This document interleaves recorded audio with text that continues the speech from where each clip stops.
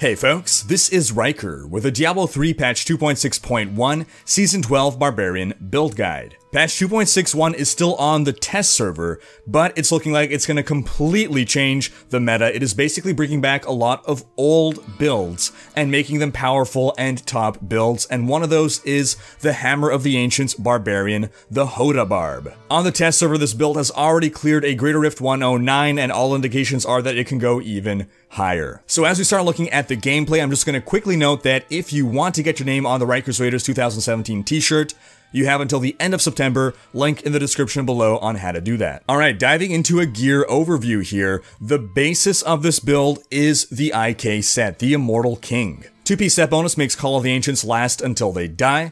4-piece bonus reduces the cooldown on Call of the Ancients and Wrath of the Berserker by 3 seconds for every 10 fury you spend with an attack.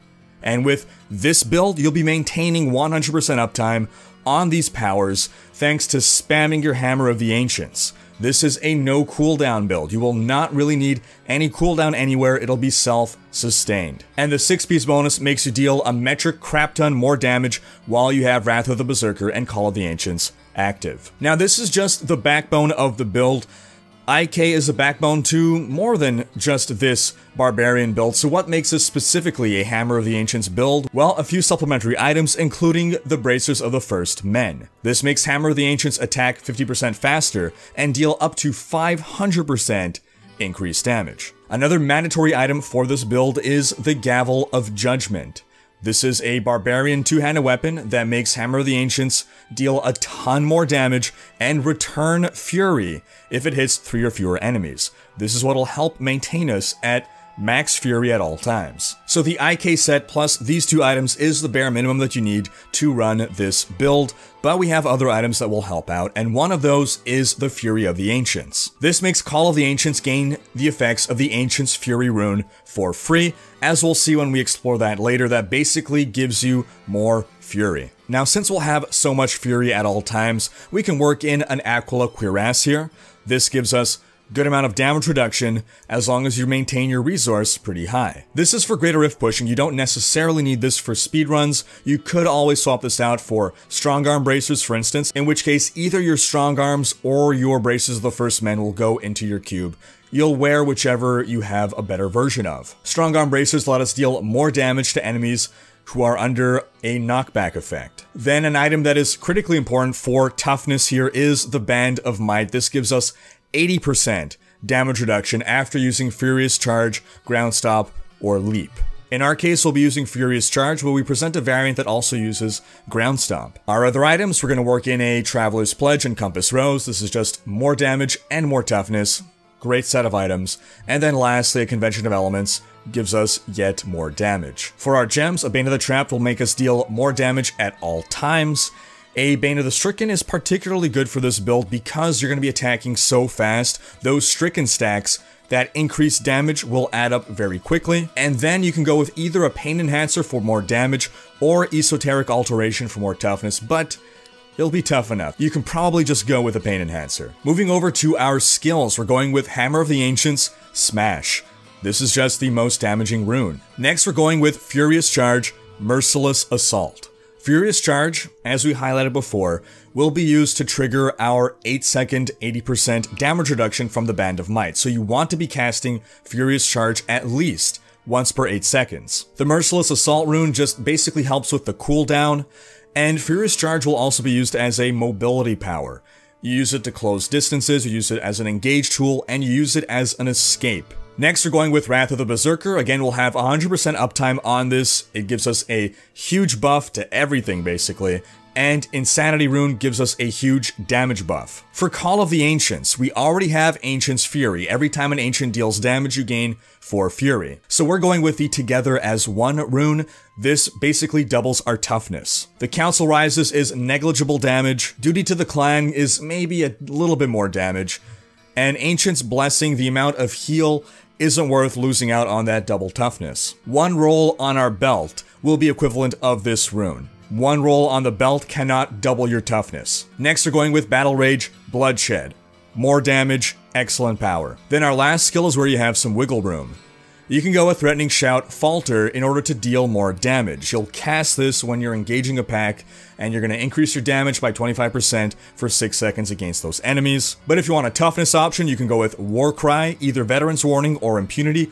Both are good. It's kind of up to you on whether you prefer having just constant, flat, more toughness, which is what Impunity gives you, or if you want to roll a die on whether you take damage or not, because that's what Dodge Chance is. Dodge Chance has always been a matter of great debate in Diablo 3. This rune gives you a 30% chance to just take no damage at all on an attack. But it comes down to that RNG, that random element, so it's up to you what you're most comfortable with. But averaged out, Veteran's Warning will serve you better. Then for our passives, Berserker Rage will be more damage at all times. Again, our goal is to maintain max fury. Rampage is just an excellent Barbarian passive. It gives us more strength. Strength is everything to a Barbarian. It is damage and it is toughness. Ruthless is really good for finishing off enemies. Again, so far all three of these have been for more damage.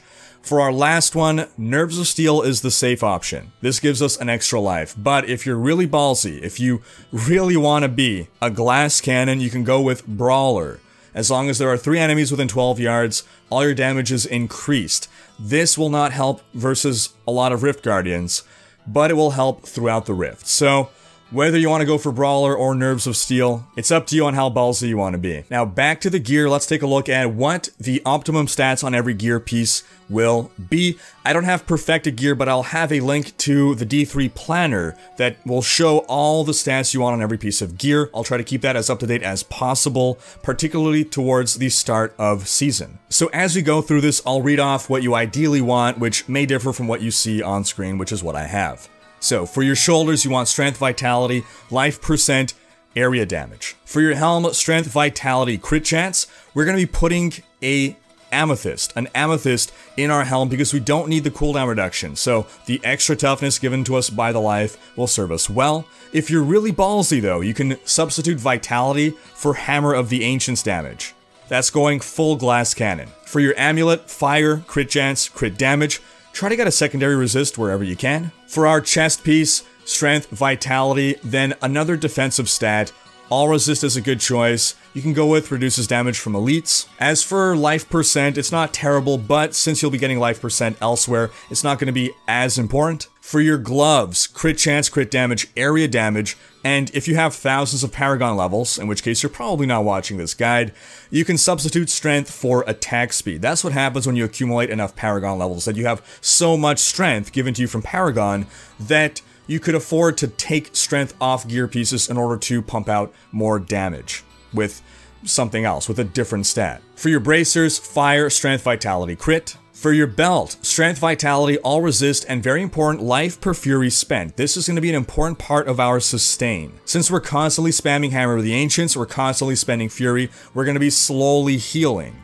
Now, if you feel you really need to be healing even faster, you could also spam Battle Rage Bloodshed, but you want to make sure you're not dropping under 90% resource because it's going to be better and more important to maintain that 50% damage reduction than to just heal up. For your pants, strength, vitality, all resist. For your boots, strength, vitality, all resist, Hammer of the Ancients damage. For your rings, Compass Rose and Traveler's Pledge, you'll want crit chance, crit damage, area damage, and then as an extra affix on the Compass Rose, you'll want to go with strength. And that leaves us with the Little Rogue and the Slanderer. These are some of the most rare items in the game. And I didn't mention them before in our gear overview because there's a little bit of nuance here. These are the rarest items in the game, so before you get them, you're likely going to be using either a Gavel of Judgment as a two-handed weapon or a Furnace. And you're going to cube the other option. So, Furnace and Gavel of Judgment, wield one, cube the worst one. A Furnace gives you more damage against elites.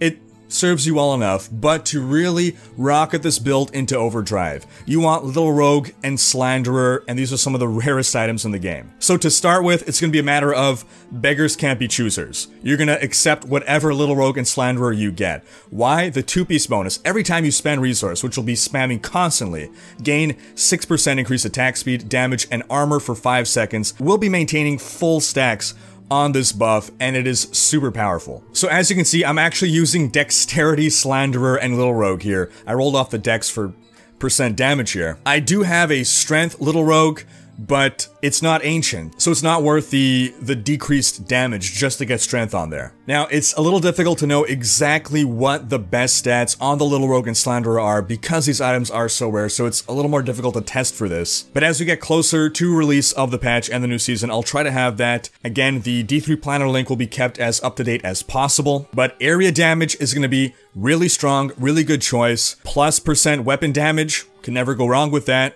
And strength, of course, good choice. Other options, attack speed will benefit this build. It might not be the most optimum thing, but if you get attack speed, it's not the end of the world. Vitality, it's toughness. It's not going to maximize your damage, but at least it's not a wasted stat. You ideally do probably want another damage stat though. And then onto our Paragon points. You're going to want to get your total move speed up to 25%.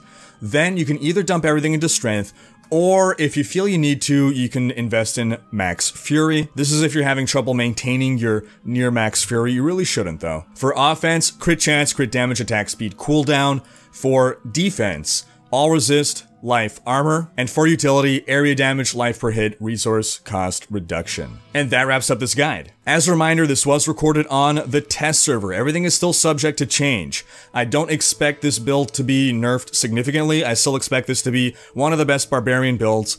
But as we get closer to the launch of Season 12, I will have a new tier list video showing all the best builds.